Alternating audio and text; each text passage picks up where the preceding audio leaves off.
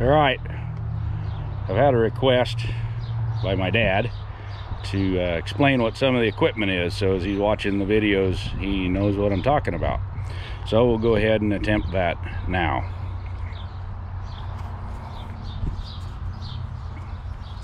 We'll start with bottom boards. This is a commercial style bottom board that the migratory beekeepers use. You can fit 4 hives on it and pick them up with a forklift. So it's got metal locks on there, so they lock into place. Then the entrances, one would be here, the other at that end, opposite on the opposite side. There's enough room in between the backs of the hives that they can blow out and clean out that area of leaves, so that as they travel from state to state they can be inspected. And then we'll talk about the lids when we get to the lid part, because the migratory lid is different and a lot of them have special features. So I'll try to get the tripod set up here, see if I can make this work. All right, so those are the migratory covers, or the migratory bottoms, and this would be a standard bottom like most people would use in their backyards, and the hive would set on it. It's raised up off the bottom so that they've got an entrance area. Some of these are screened. This area is cut out in the very bottom and has a screen in it. It helps with ventilation, almost too much. A lot of people are going away from them. They started it for mite control also, so that when the mites came off the bees they would actually fall out of the hive, or they wouldn't survive. But they found that that isn't doing a lot of good. And then under that screen board, sometimes they'll put a sticky board or oil pan that will catch small hive beetle, which we don't have here, and wax moth, and the varroa mite and other things that fall out of the hive will get killed in there and not make it out to finish reproducing. So after the bottom board, we have a hive body. The hive body is 16 1/8 by approximately 20. And they're all standard size for this style. There are other countries that use different ones, but this is what we use here. This is a deep, it's 9 5/8 inches tall. It would set on the bottom board like so. You also have different sizes. So this is a medium. So it is 6 5/8. There is also a small that is 5 5/8. When these fill with honey, they get very heavy. Honey is very, very dense liquid. It's 12 ounces of it to a pound. So it doesn't run out 16 ounces to a pound like most liquids. So if you fill a box like this really tight with honey, it can weigh 110 pounds. It gets heavy. And so if you go to the smaller boxes, it's less, and as a person gets up in age and can't handle the big boxes without hurting themselves, or has a long ways to carry them, going to the smaller boxes can be a good idea. And some use the larger boxes for brood boxes, which don't tend to get as heavy, and the smaller boxes for the honey supers. So then we get into frames. This is a plastic frame. The entire thing is plastic, including the foundation. A lot of people use them for simplicity. They're ready to go when you get them. In they go. You wax them first, so there's a coat of wax on the bumps. The bumps all tell them what size to build their comb. And there are wooden frames. Wooden frames come unassembled, and then you assemble them. this, I've put a fishing line in to help give them direction to draw the comb so that they bring it down to the bottom. And I've put a starter strip in, and I'll talk about foundation in a second. And this is a drawn out comb that the bees have already drawn out on a frame.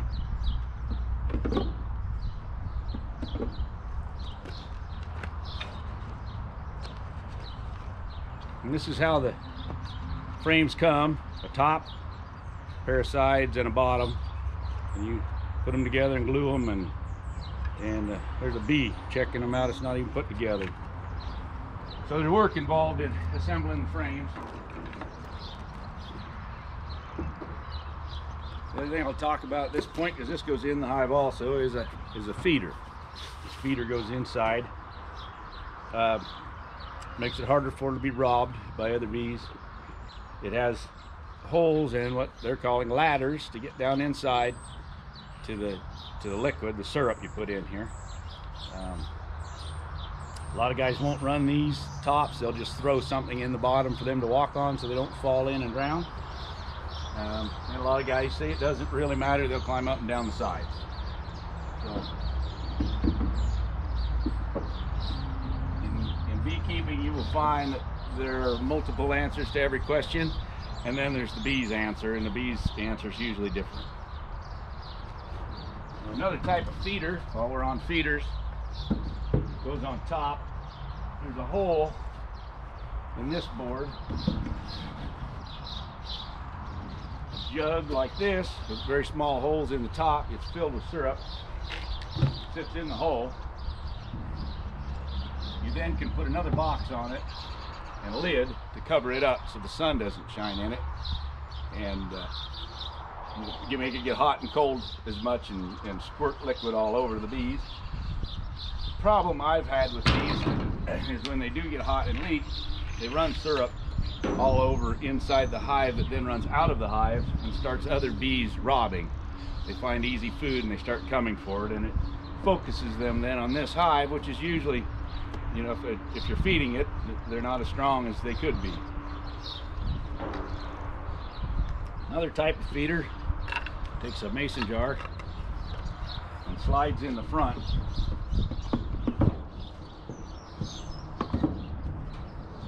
It sets like that, and they come in from inside. They can then enter right here and get in to eat the nectar out of the small holes in the jar.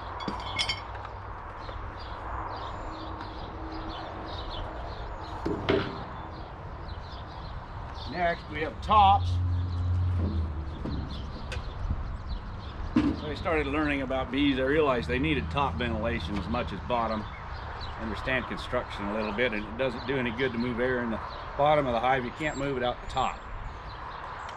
So I put together these simple screen boards, ventilation hole, that can sit in this manner and ventilate. And yet the bees can't get out and nothing can get in. And this would be for a growing hive or a weaker hive. As the hive gets stronger, this can get flipped over, and now they can have this as a top entrance. You don't want to add a top entrance to a weaker hive. They have one more spot to try to guard against robbers. But I'm finding that they really like more entrances than just the one as the hive grows. So that was my first construction of that. Then, with a little more research and ingenuity, I developed this, which is not my plan, but it's a bee escape.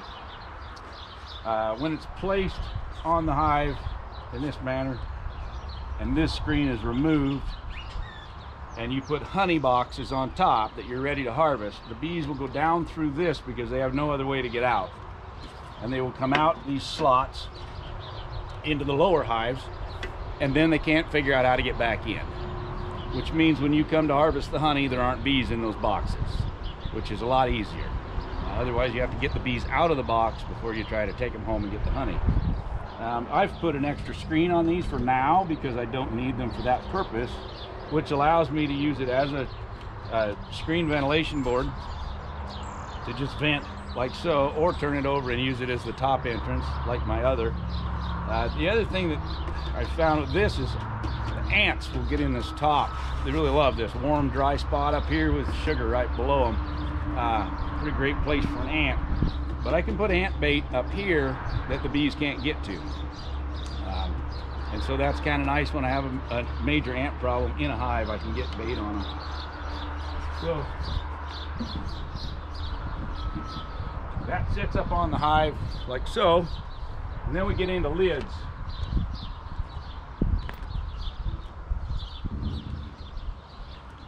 So this is a migratory lid. And it fits on there tight and snug, fairly flush on the outside of the box, because these boxes are tight together when they're transporting them. They can't have lids that hang over the edges and run into each other. They won't fit on the pallets. And I'm going that way with my lids because I'm starting to move hives around. The other lid is a telescopic cover, which then sits down over the hive, seals it up better, and can sit over the top of your inner cover, top board. And those are great, you know, for hobby beekeepers with a few hives at home. It's nice equipment, but again, you have to change into other stuff when you start moving a lot of hives around. It's got to get simpler, or